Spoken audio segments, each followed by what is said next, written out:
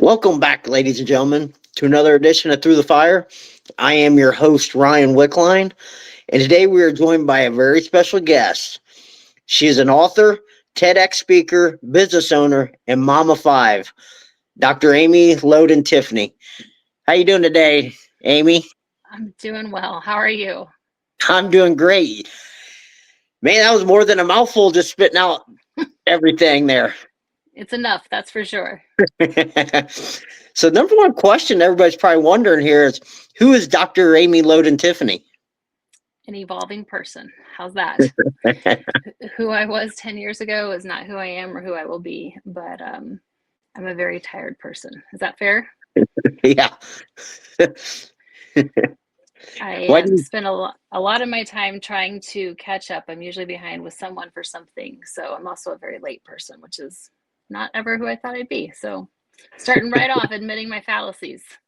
well, that's probably a good thing, being humble. Yes, I need a lot of help. So feel free to teach and educate here. What inspired you to pivot from being a physician to more of a coaching role? Yeah, I got really frustrated with watching all of the people who would come in for these little micro visits of 10 to 15 minutes. And I would tell them, let's pick weight loss because that's a common one. We need to change the habits, but I never had the time to teach them how. And if people knew how they would do it, they wouldn't be coming to me. They would already have done what they needed to do. And I will tell you that what we know in medicine, wearing the physician hat, isn't even the beginning of the how, right? Because it needs to be tailored to each person's experience. It needs to be in the context of what their limitations are and what their strengths are. And that just doesn't happen well in traditional medicine. So while I still see patients and I still provide clinical care, it's in a very different context now.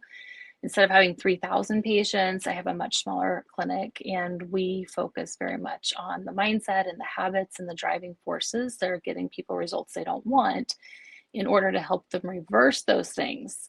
Sometimes we have to use tools of medication, but the goal isn't to stick someone meds for life. It's to keep them safe while they're changing the underlying problem, and then where we can pull back and stop.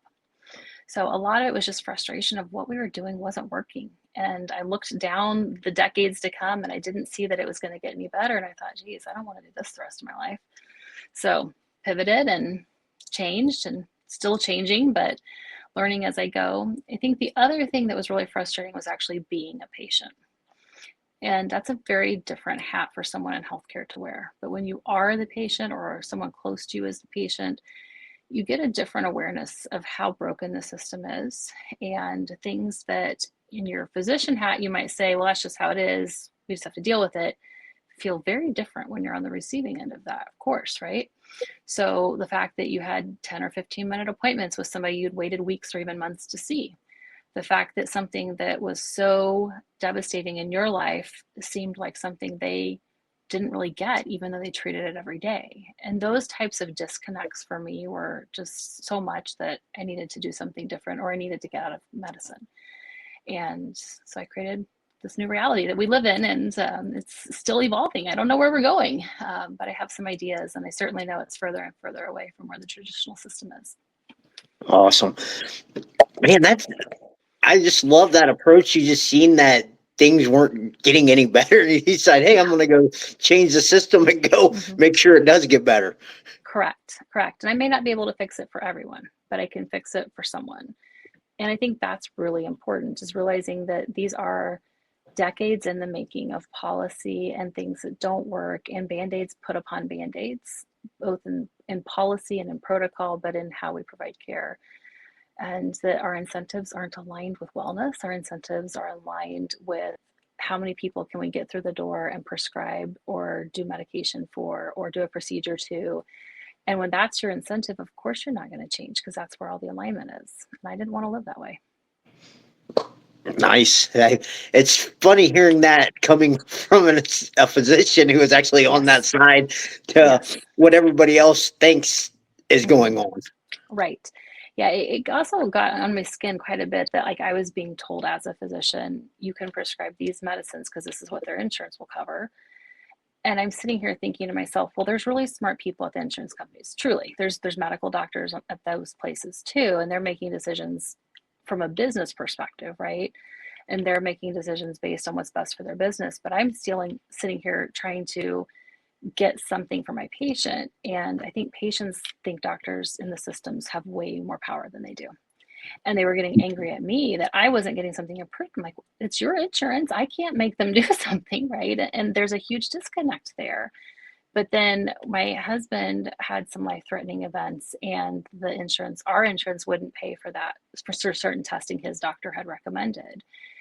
And again, being in that patient hat and through that same situation that I had walked on through professionally, it is really frustrating, and it makes you feel helpless. And I began to realize patients weren't really mad at me. I was the one they were lashing out at, but it wasn't my fault that their insurance didn't do it any more than it was my husband's fault his insurance didn't. But it doesn't mean that we have to stay powerless. And I really wanted to lean into what can I control, what can I take ownership of, and do I have to have this be my story? Is this all it can mean, or can there be a bigger meaning here, and can I help someone else through this in a different way? Yeah. What types of services do you provide them? So we're focused on mostly on women 35 to 55. We do see dudes. Almost every dude in our practice is brought here by his wife, sister, mother, or daughter who twisted his arm and made him come see us. I don't find that many men in the 35 to 55 year range think about their health as thoughtfully as perhaps they wish they had as they got older. But then I noticed that women think too much about it and don't do anything about it. So there's double sides here, right? And there's got to be a better place for both. And so we really work on wellness. And what does wellness mean? And that's defined for each person. We can all agree that there's physical aspects, emotional, mental, even spiritual aspects to wellness. But I think it goes even further. I think you have to look at, what is the environment you're living in? Is it healthy? What are the relationships you have? Are they healthy? What kind of financial stresses do you have or not have? And when you start seeing wellness from a perspective of all those intertwining angles, it starts to become a lot clearer how connected those are and how much we can impact them, even if we can't control them. So we do a lot in helping working professional women deal with aging parents while they're raising their kids and they're working outside their home. And with all of these things, we personalize it, which is not what works in the typical scheme, because most of the time you can't do that in 15 minutes. So we're spending 30 to 60 minutes with people figuring out, what's your story? What does this mean to you? What does success look like? And when we define that on an individual basis, people can get results because we're making it what they want it to be about. Huh. So you're pretty much getting them to get clarity on what they want and then change their story in their mind that they have about themselves then. Right. And really even their identity. Like, for example, we treat a lot of women who struggle with their weight. And so is their identity that I am somebody who can't lose weight? Or is my identity someone who I have extra weight and it's not letting me be the person I'm created to be? And that's a different problem to solve in each scenario. And when we define the problem, and I really force them to be super granular, like what's different in a year? If you wave your magic wand about your health, what is different? And a lot of times it starts to become, I want to be able to get on the floor with my kids and play. I want to be able to keep up with my kids at the park. I want to be able to have a great relationship with my significant other, even after I've been with the kids all day, but I'm not so tired I can't even think. And start to really define what success looks like. A lot of these women are working two jobs. They're working a full-time job in their home, and then they're working a full-time job outside their home, bringing in money for the family. So when you're in that kind of context, you have to be very strategic about how every minute is used. And that's not something we're taught well in this country. Yeah, I completely agree with that. What types of fears did you have to face to make your own pivot, and how did you move through them? One was, how will my colleagues see me? So within the world of academic medicine, which all of us start in, you have to realize that's a very hierarchical, authoritative world. And you go up the ranks only as you meet certain criteria. And some people don't make it up the ranks. So you very much learn to fall in line and to do what you're told and to not buck the system, to just kind of keep your head low, do what you're told, do the best work you can with the resources you have, and not think about anything else, compartmentalize.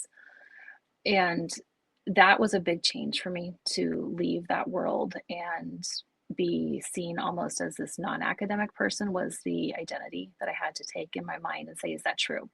Is everything I've learned in academic medicine about being outside the system mean I'm less of a doctor? So whether they mean it or not, those in academic medicine, and I was one of them for a long time, have this idea of anyone who's not in the ivory tower isn't as serious, isn't as credentialed, isn't as focused. And I truly don't believe that's what they meant. I think that's the story we took away. And by we, I mean everybody who leaves, because if they stay in the system, they still have their story. So those of us who choose to leave then have to make the decision, are we going to be an employed physician or are we going to be independent? For a while, I was employed.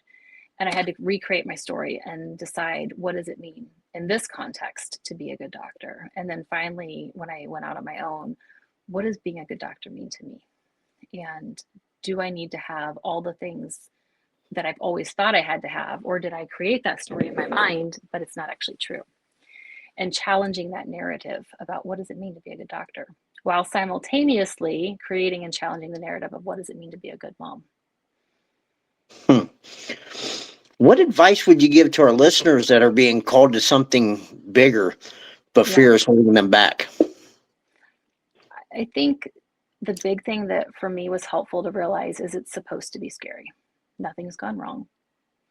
So when you feel your mind and your brain freaking out and you're spiraling and all the what ifs are happening, just taking a moment to say, I'm really glad my brain is looking for all the things that could happen so that I can have a plan for them and that I can acknowledge they exist. But what's probably going to happen is the goal I'm going to, because I'm committed to getting there. So my advice would be realizing that it's supposed to be scary. Nothing has gone wrong. Your brain's protecting you. Listen, don't ignore, right? There's a reason your brain's freaking out. There's something that's happened, you've heard or seen or experienced that your brain's like, wait a second, we need to be careful here. Even more so if you have people that depended on you, if you're the breadwinner. And so all of that is normal, and figure out a way to embrace it in a way that feels safe, but moving forward, maintaining momentum. Yeah, I know personally from my own life that like stepping out can be very fearful. Mm-hmm. So, do you Yeah. have any tips that can help people kind of overcome that? A lot of people will say, go get a mentor. And I don't know that that's wrong, but it wasn't right for me. I didn't want to replicate somebody else's style. I wanted to figure things out in a way that was helpful to my family. And at the time I pivoted away from being an employed physician specifically, I was in a place where I had 3,000 patients. I had 4 kids at the time, and I was very much sacrificing my health, my marriage, and my children on the altar of career.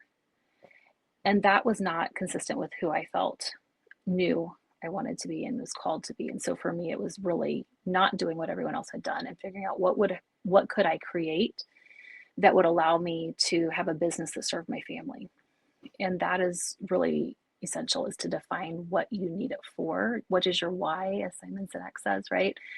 And if you understand your why, then you have a lot more clarity. I also leaned heavily into understanding what was important to me, and my values were faith, family, and fitness in that order. And I wasn't doing any of them well, but I knew that's where I wanted to be. And so working backwards from a perspective of how does this serve one of those 3 things? And if it doesn't, we're not going to do it. And really being rigid in that and trusting having my own back, if you will, that I was doing this for the right reason for me and my family. And so I was not going to give up on myself. And I was going to stand firm in my belief that this is going to be how I needed to move forward. And I may not know everything yet, but I would figure it out. And every failure was supposed to happen to teach me something to get me to the next step. Huh. I like that approach that your mindset was like, you just focus on each step and on the Yep. process and not Mm-hmm. the end outcome. Yeah, because I would totally panic if I had to think about all the things. But if I knew my next step was big picture, right? Going from employed physician to independent. Okay, that was my first step. Now deciding to do it was my second step. My third step is, what is the first 5 things I need to do? And then making the list and prioritizing, and then only focusing on that one thing and defining what does success each day look like? Because I was still seeing patients every day.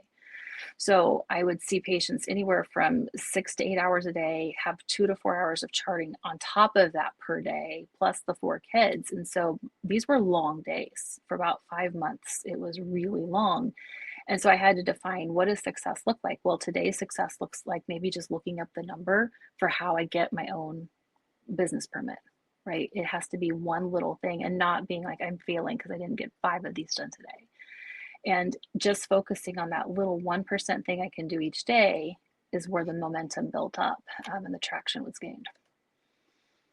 Nice. What was your personal breaking point that made you realize that having it all wasn't actually fulfilling? Yeah. So I think the most painful breaking point, and there's different ones throughout the years, but the one that was so painful for me, all my life, I had wanted two things. One was to be a good doctor, and one was to be a good mom. And it was right before my oldest child's 7th birthday. She thought I was birthday shopping for her because I was on my computer. Mind you, I'm on my computer every night at home for months because I'm doing these charts after the kids ate dinner and before bedtime and trying to squeeze a little more in. And I didn't even look up at her. I was sitting on the couch typing, and I was like, honey, I'm not doing birthday shopping. I'm working. Go watch Paw Patrol, and then we're gonna go to bed, right? Like, it was so dismissive. And even hearing myself say it now, I cringe. But in that moment, I didn't see that. In that moment, I thought, I'm doing something nice for my kid. She's getting to watch a little bit of her favorite show. I'm doing some charts. I'm finishing up here, right? It's no big deal. But she didn't walk away. She just stood there. And I looked up, and her eyes were full of tears, and they're just falling down her face. She's not saying anything. And finally, she asked me, eyes just so open and honest, right? And she says, Mommy, why do you love your job more than me?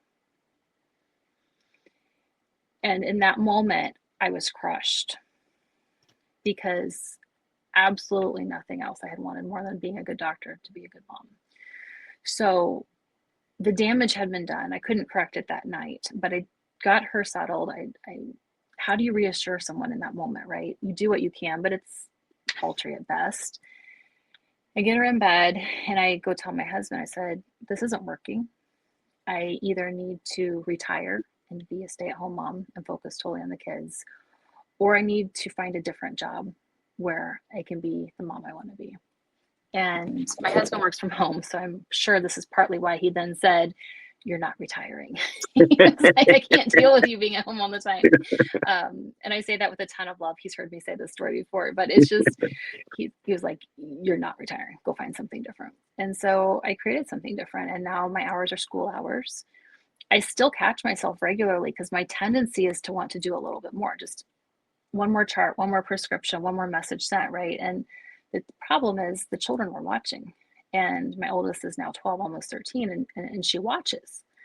And when she comes to talk to me, I know that if I don't put down what I'm doing and give her my attention, I'm going to lose her because we're going into the teenagers, right? Like, this is the time she still wants that connection. And I don't know how long she's going to want to talk to me, but the fact that she wants to, I'm going to take advantage of it.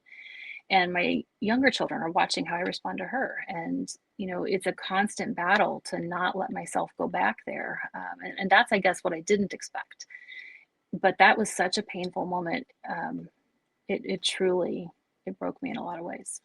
Yeah. What was your mindset like when that actually occurred, and what were you able to shift in that to fix everything? So at that point, up until that point, my mindset was kind of this idea of there's no such thing as work-life balance, but we can do a work-life integration, right? You come home, you spend some time with kids at dinner, they watch TV, you do some charting, everyone goes to bed, and that's good enough. And at the time, I was like, okay, yeah, that kind of makes sense. There's no such thing as balance. Okay, I get that. And it really was this idea of it's always going to pile up, so do as much as you can. And it was just go, go, go faster. Work, the stupid saying, I hate it so much, of work smarter, not harder. But why not? Why do we even have to do some of this work? Like, is this work even meaningful? Is it making an impact? And so for me, it was redefining work. What is the work I want to be doing? And granted, I admit fully, like, I created my reality, right? This is not something that everyone has permission in their specific place of life to do. And so I don't want to tell someone who is in a different situation that they should do what I was doing. I'm simply sharing my story, and hopefully it's encouraging some of your listeners. But I was in a very much a place and a mindset of I can just do a little bit more. And if I do a little bit more, a little bit faster, a little bit harder, it'll all finally even out and I'll be caught up. And that was never going to come true. Yeah. So now you kind of realize that I hear this all the time, that your schedule, like having control of your schedule, is the most freeing thing you'll ever have in life. Like Yeah. now that you have that, what can you tell us about that? Yeah, I think there is, at least for me, there's always a fight not to give up control, because everybody wants a piece, right? And so, especially in the healing professions where everybody needs something from you always, protecting your time and having boundaries are really important. So for my clients, the type of clinic we have, they can call 24/7, 365. But if they call me at 3 in the morning to ask for an appointment, I'm going to tell them straight up that's inappropriate, right?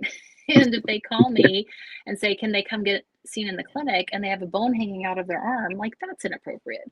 Most people don't do those things, but I have had some really bizarre calls, and I've had to set some pretty clear boundaries with our clients and say, this is not acceptable. Call on Monday morning and we will talk about this, right? You've known for weeks that you were going to be running low on your medicine. So calling me when you're trying to get on a flight in an hour to get medicine before you go out of town, that's inappropriate. And really holding people to some responsibility for their own decisions, that's been really painful because people, myself included, don't want to be responsible for all of our decisions, right? Yeah. And we want it fixed when we call because we live in a society where we expect that. And so part of the hit I've had to take is people being really unhappy and being okay with that, and being very clear in my expectations up front that, look, the clinic's open 9 to 3. If that's not working for your schedule, that's okay. I'll tell you who else can help you, but it's not me. And not letting myself feel bad or guilty about that has been really freeing. But that time is so important. And if you don't protect it, somebody will take it. Yeah. How has your faith shaped the way you lead your business and make decisions? So I'm a Christian. I believe firmly that we are created in the image of God. And I think every person has value and worth, no matter where they come from or what their story is. And I don't think that medicine has always had as whole of a view as it could. I think the greatest physician is Jesus. And I very much aspire to be what he was and fall short of that every day.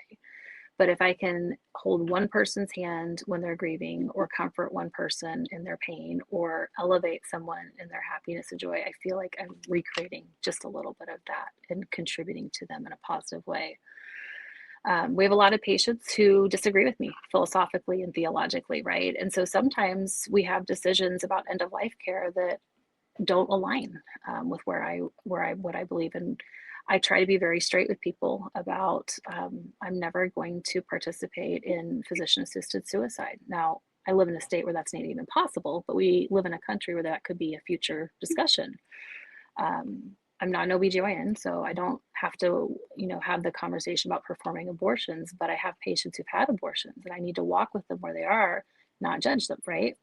And so I have a lot of places where my faith intersects, and where there's really political hot topics that I find on Facebook are very divisive, but in the exam room, it's just another person who needs whatever they need in that moment. And I don't have the room or the space to judge them. I'm just trying to meet them where they are.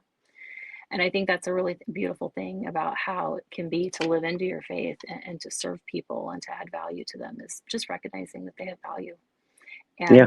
And I don't have any reason or right to judge them. I can promise you, if I can't give you 50 things to judge me for, my children can. So I am just not even going to go down that road of judging somebody. I just try to meet them where they are, and love them for who they are. Yeah. How much have you kind of realized that you were led down that path that you were led down to your ultimate purpose? In terms of being a physician, or where I'm practicing now? What do you mean? From going through like the darkness and the burnout to everything, to being led to where you are now. So I do think that there were intersections, both in what I wanted for myself, like being a good doctor and a good mom, but also where my faith intertwined in that. And so from a leading perspective, I think most of us are not familiar with the idea of listening to our inner thoughts very much. Many people do this in different ways, whether it's prayer or meditation or journaling, talking with someone. There's many aspects of that.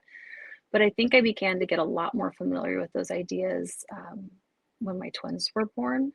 I had a really life-threatening pregnancy, and the twins were born early. They were in the NICU for 11 weeks. And I talk about that in my TED Talk some, but really this idea of having an eye-opening experience with facing death changes how you operate. It just changes your mind, not just mindset, but the way you think completely, because you realize like life is short. We're not guaranteed tomorrow. And we make decisions as if we know we're going to be alive for years. And the truth is we don't know anything. We know only what we've experienced historically and what we hope will happen, right? But we're not guaranteed it. And so from a leading perspective, I did start to feel a lot of urgency that I needed to act differently and do things differently, because if I didn't, I was going to lose the opportunity. Outside of that, I don't know that I felt a leading more than that, but it's definitely, my husband still asks me, like, why are you doing all these things? Like, what is your end game? I'm like, I don't know. I just think somebody else needs to hear this message, right? And if I can help one more person before I go, then great. And he's like, well, do you think you're dying tomorrow? I'm like, maybe, right? None of us know. So like, I don't, what drives me, it used to be I would operate and perform at whatever level it was because I was afraid of failure. And I think a lot of people can resonate with the fear of failure and almost driving for a perfectionist state because of fear of failure. But after that experience, it really changed. For me, it was no longer about failing. It was about, I don't want to live with regret, and I don't want to die with regret. I am guaranteed one thing in life, and that is I will die, right? So before I die, what are the things that are important to me to have happen? I want to memorialize, like for my children, the decisions I made and why. I want to teach them my faith so that they know why I chose the things I do. I want to be able to impact people's lives in meaningful ways. And if that means longer appointments and deeper conversations, vulnerable conversations where I know like somebody may listen to what we're talking about now and just eat me up online, right? All of those risks are worth it to me if it means it makes the outcome better for someone else, if someone else can grow and be encouraged by this. And that's what on my deathbed, it's not going to be the trophies I've won, the books I've written, the career accolades I've attained. It's going to be my children, I hope, at my deathbed, right? Not my employees, not my, friends that I see twice a year. I want my children there. I want to be with my family and go meet the Lord in that context, not with one of, gosh, I wish I hadn't done what I did and wasted all that time.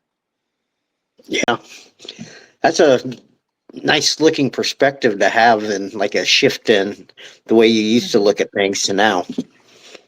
Yeah. What advice would you give to other women feeling lost and looking for purpose? I think what was really helpful to me, it's kind of funny now, when I first heard about coaching, it was from a patient. It was this really lovely elderly woman. It was when I had those 3,000 patients. And she brings this letter to me and she's like, I want to know if you think I should do coaching. And I was like, what the heck is coaching? And she shows me this letter and I'm looking at it, and it really started a whole pathway of me looking at what coaching was. But through that transition of what is a coach and who is a coach and the coaching training I went through, one thing coaches do is they often have you define your values. And that's why I can tell you, for me, my values are my faith, family, and fitness in that order. And that makes my decisions really clear. What I would say to other women is figure out your values. That's not something you learn in college. It's not something that they teach in elementary school, right? It's something that everyone has, though. We each have reasons for what we do and why, but spending the time to figure out your values, and that may mean hiring a coach to figure them out. Really, really important. Then you kind of touch in right there on having to be self-aware enough and kind of disconnect from everything else to find out your values too. Yeah, exactly. And so I'll lead workshops and seminars where we do just this work. And it can be as short as a couple of hours, but often it's multiple sessions in little chunks, or it's a whole day session of just let's talk about what a value even is. How do you know what a value is, right? And then from there, where do you go? And so, like, we teach our clients the VIP filter, which is your values, your impact, and your priorities. It's my strong contention that most of the people we serve, so again, professional working women who may have child caring or parent caring requirements, those individuals, I do not believe they have a problem with time management. And yet, over and over and over, you see them going to time management seminars and buying the planners and doing all the time management things. My contention is their real problem is they don't have good priority management. And so we teach them how to prioritize in a way that's impactful for what they're trying to achieve and honor the values they have. And when you start doing that, you apply that to each area of your life. We start with health. A financial advisor might start with, finances. A priest might start with spiritual. We're just identifying what's important to you. And for whatever time you have left, how do we capitalize on this so that you can have the most impact you want to have? Does that help you kind of decide on your yes and no's too? Absolutely. Yes, absolutely. So if I understand my values, now I get this, let's say I get an opportunity to go spend a year teaching at a university. I look at that and I say, does this help any one of these three values? And if the answer is no, then it's a no. If, on the other hand, I can go on 30 podcasts and spread this message and this helps other people understand that, then it's an absolutely yes. So it lets me look at opportunities, and those are real examples of opportunities I've had in the last 18 months. And I can look at that and say, clearly, one is aligned with my priorities. So I say yes to it. And I don't feel guilty about the other because it's not for me. And if I take that spot, it's taking it from someone else whose values are aligned with that. So it's better to say no and let somebody else do it if that's their calling than trying to do their calling poorly. Yeah. I also do a lot of that with like the athletes I work with when we talk about making decisions. Like, Yes. we ask ourselves, is this going to help us or move us closer or further away from our goals? And if the Right. answer is no, if it's like, yes, it's going to move me further away, then why are you going to make that decision? Like, Right. so I've Yeah. kind of found out that, and I don't know if you could touch on this, asking yourself in questions will help you make decisions a lot easier. Yes. Some things that, questions I find helpful are, how will this serve me? How does this take away from the impact I'm trying to have? Because usually there is an opportunity cost. You just have to figure out where it is. And then I also find the question of I wonder how or I wonder why to be very empowering, especially if there's an obstacle. Doesn't look like it can happen, but I really think it's aligned and I really want it. Like, I wonder how. Letting your brain be creative and start finding out problem solves. It's very powerful. Yeah. What inspired you to write your book, The Postpartum Pivot? One of the things I wanted to do was help women who've had a baby understand that all the things they're dealing with is normal. Now, it's not the book to give somebody who's just had a baby, okay? You got to let them get through the first 6-12 months. I have a lot of mother-in-laws trying to be helpful who want to buy it. I'm like, no, don't do that yet. But 6 to 12 months is usually about the time that I find moms are starting to say, okay, what's my new normal? I've been sleep deprived, but now my infant is starting to sleep through the night, we hope. They're certainly not waking up as much to eat at night. How do I go exercise with a little kid? How do I do that if I have multiple children? How do I do that if I have a job inside or outside the home? And so starting to figure out all those hows it can be very overwhelming.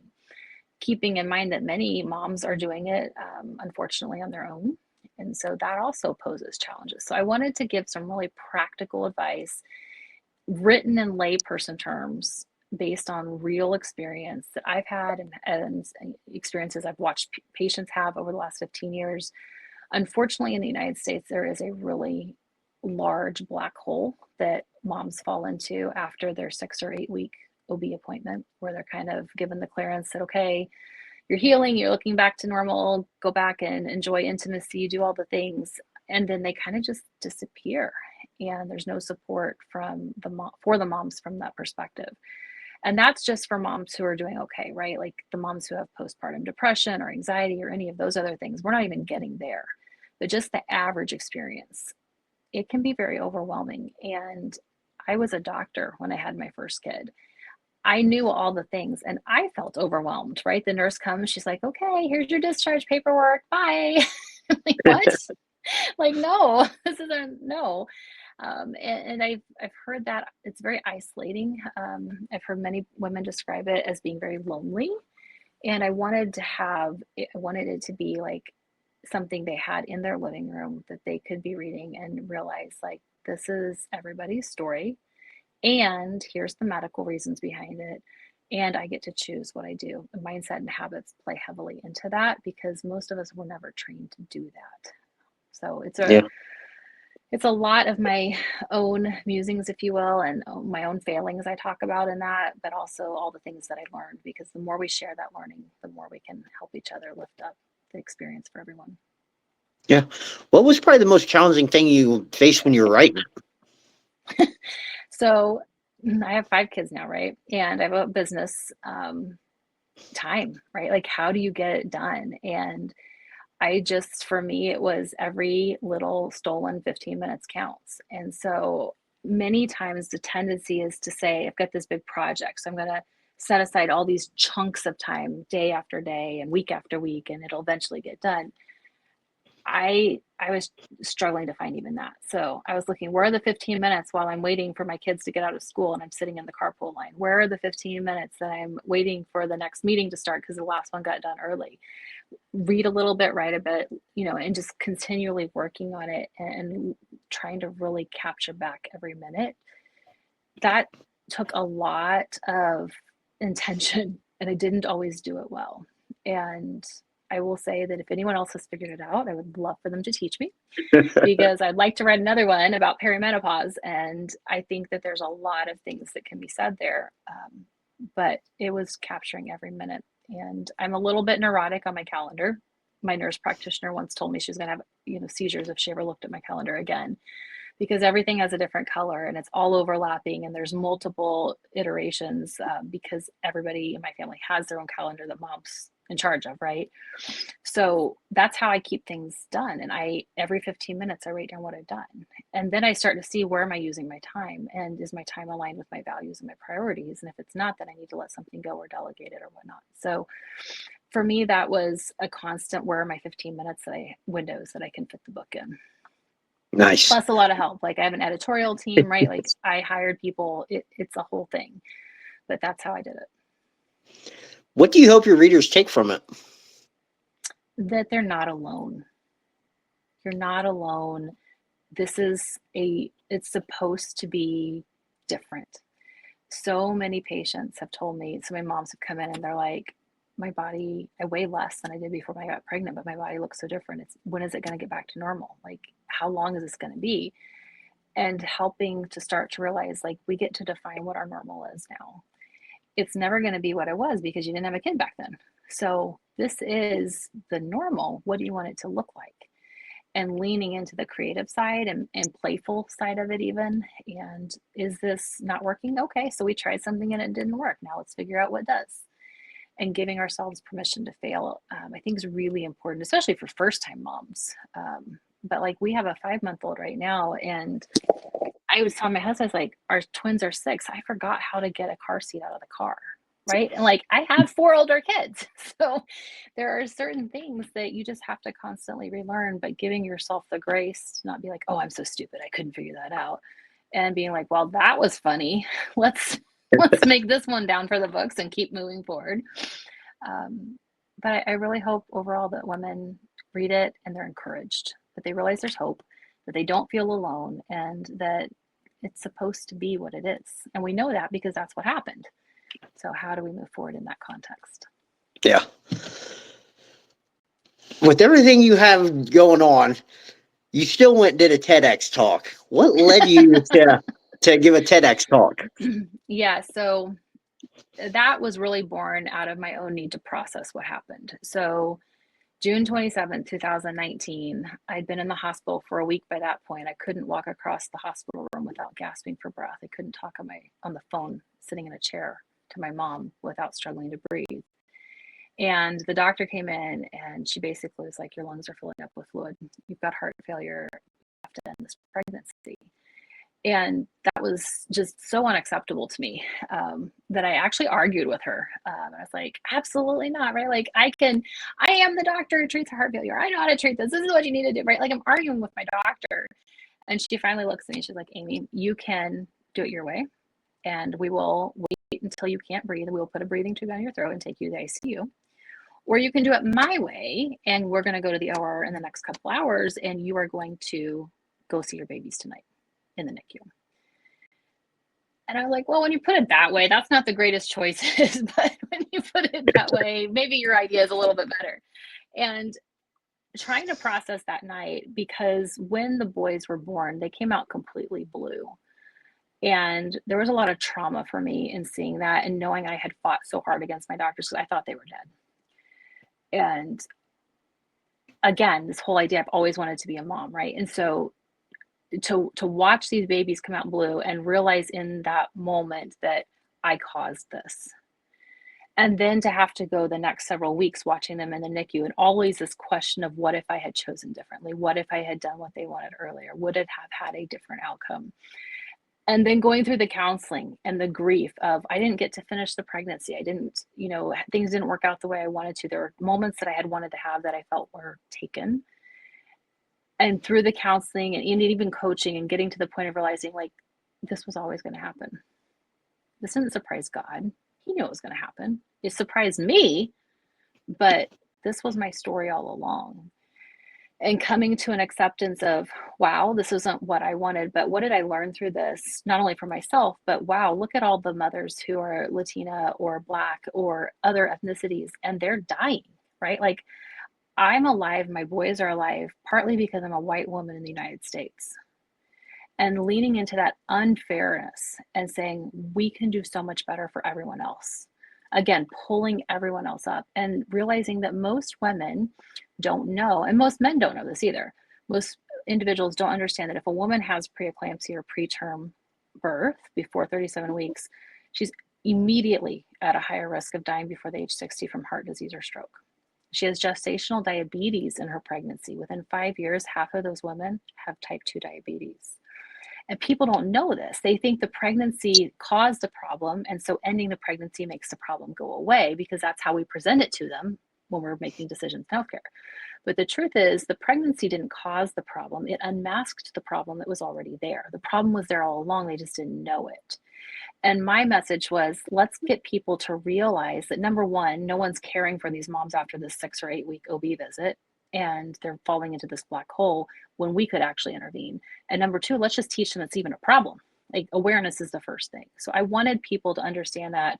And I also wanted to process like what I had experienced and present it through a TED Talk, because I think that for me at that point, that was the best way and the best forum to have the message spread in a way that people could relate to and understand and realize that there's a path forward. They don't have to be stuck.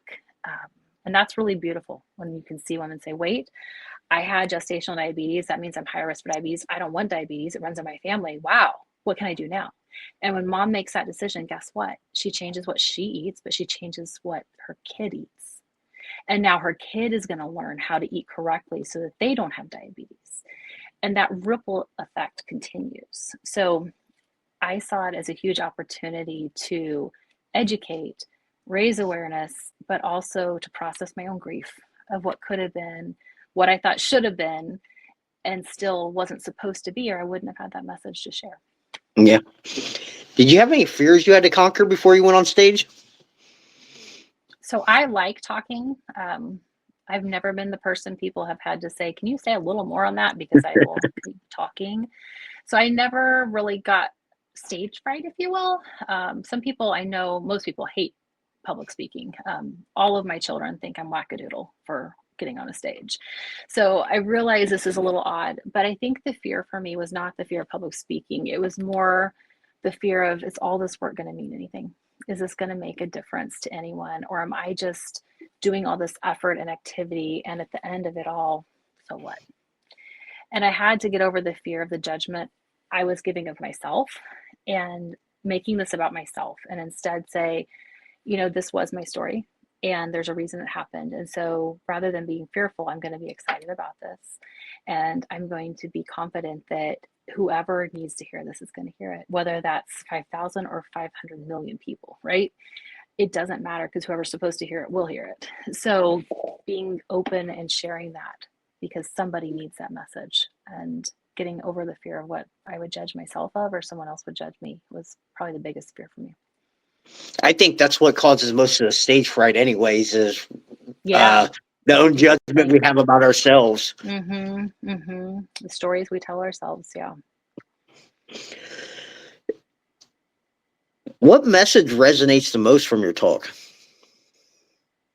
To me or to other people? To other people.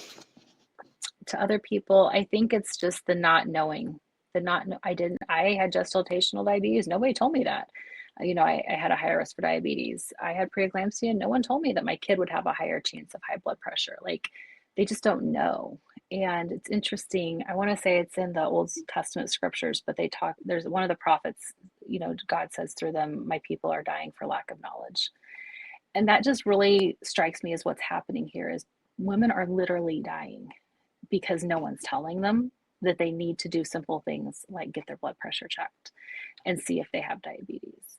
And those are such easy, inexpensive interventions, even for someone who doesn't have good health insurance. They can get their blood pressure checked and get a diabetes test at no cost or very little cost to them if they just knew. So can we give people and empower women with this information, empower communities and families? But that's, I think, the biggest thing. People are like, wow, I didn't know, and now I can do something. I'm empowered to move forward, is what people will tell me. Yeah. How can people get a hold of you? A couple ways. One is they can follow on social. So at Dr. Amy Tiffany for YouTube and Instagram. You can certainly find me on TikTok. I hate TikTok, so I don't know how long I'll stay on TikTok, but right now we're there. But at Dr. Amy Tiffany, they can also contact us directly through our website, vitalitymwc.org. We do give the book away for free. If anyone wants a copy of it, we just ask you pay shipping, handling, but we'll ship it to you and you can have it for free, or you can buy it on Amazon. But those are the ways to get a hold of us and get connected. Nice. Is there anything we haven't covered that you want to talk about? I think the thing maybe we could just gently touch on is most of us have, especially in the entrepreneurial world, we have a lot of fears and we're used to leaning into those fears and taking big risks, right? That doesn't mean that our significant others are ready for that. And so there was a lot of early on where I didn't do a great job of communicating with my husband of what my big ideas were. And I would just make decisions. And that caused a lot of conflict, especially because he does my accounting and he'd look at this and be like, what was this expense, right? Or why did you do that? And, I think if you have somebody else that you're working with, whether a formal partner in business or in life, making sure they understand where you're going and what the big picture is, because that can really bite you if you make too many big decisions too quickly and don't tell them. I promise you that from personal experience. Nice. Okay, final question. What is one piece of advice you'd like to leave our listeners with about overcoming adversity? It's going to happen. So trying to avoid it is pointless. It's going to happen. So embrace it. Look for the ways that you can move forward through it, not because of it or despite it, but really in the sense that through it, you're going to become the person you need to be. And there's a quote that has always challenged me that I think may resonate with some of your audience, which is, don't let the best you've done so far be the standard for the rest of your life. You're not supposed to stay stuck. You're supposed to keep going, and it's supposed to be tough, and that's going to make you a better person and those around you better for it. Great advice. Well, Amy, thank you so much for coming on here and sharing your story. Thanks for having me. Not a problem. Well, guys, that's going to be all the time we have here today. Remember, the only way to get what you want is go through the fire.